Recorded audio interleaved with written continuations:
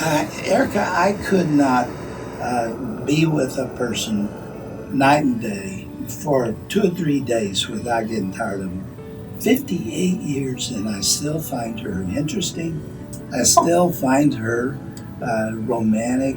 I still enjoy being with her more than anybody else. If I have one evening to spend with somebody, anybody on earth, she's gloating a bit over you. But it would be Shirley, and I think she feels the same way. Now, I'm sitting here at this broadcast table just listening, but I just have to jump in here. First of all, I would like to say that Jim Dobson is not one thing on the radio and another thing at home. He is who he is. He is genuine. The second thing is, if I had to marry somebody 1,000 times over, it would be Jim Dobson. He's been a great husband, a wonderful father. But as he says about me, our marriage is not perfect because Jim is not perfect. Oh, come on. I was hopeful for a second. You had to take a shot at me, didn't you? But I have to tell you one fault of my husband. He's probably the most generous man you will ever meet, except with one thing, and that's with his food.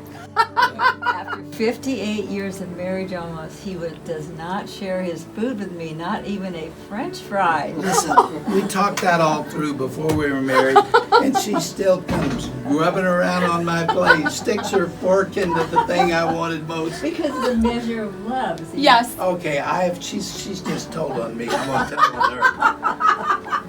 Our biggest source of conflict is the thermostat. Yes. I'm not kidding you. She's got a crazy idea of how hot it ought to be, and that is hot. And I'm sweating, and she's turning the dial up, and she doesn't understand how a thermostat works. She thinks you crank it a long way up, it'll get hot sooner. Yeah, me too. And it's not true. So I sometimes wake up at 3 o'clock in the morning just sweating. But I can live with that.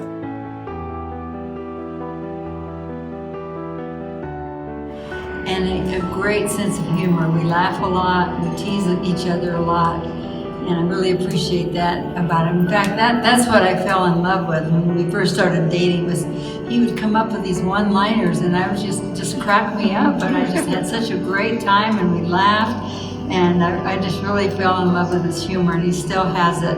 And then he's a great husband and a wonderful father. He's not one thing on the radio and another thing in his personal life. He is who he is. And I really mean this. I still pinch myself that I got to marry James Dobson.